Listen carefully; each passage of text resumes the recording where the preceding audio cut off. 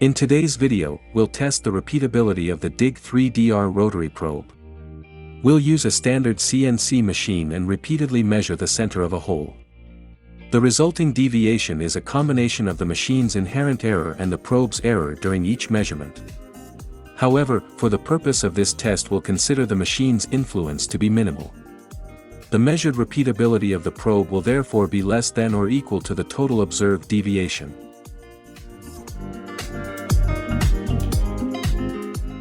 As part of the test, we'll perform 10 complete measurement cycles.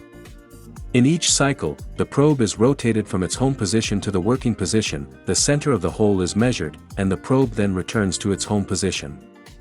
After each measurement, the absolute coordinates of the hole center are recorded.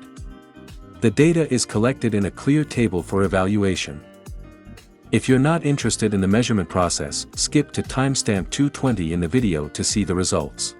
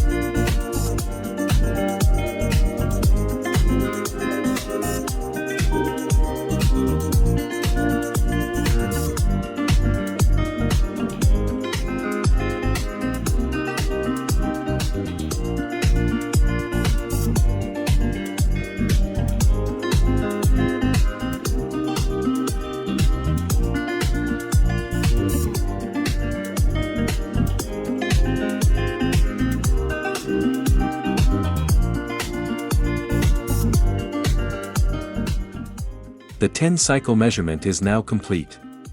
By calculating the difference between the minimum and maximum values in each axis, we obtain the resulting deviations. In this test, we measured the worst deviation of 3 micrometers, which corresponds to 0.12 mils. A total of 10 measurements were performed, each after 10 full probe cycles. The worst deviation recorded across the entire measurement set was 6 micrometers, equivalent to 0.24 mils. Achieving excellent repeatability requires a rigid machine structure, proper probe mounting, and correct configuration.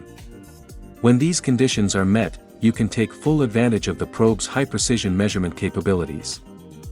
In the next video we'll compare the achievable repeatability of this probe, with a probe in an ISO 20 tool holder, and with a spindle-mounted probe that is inserted before each measurement.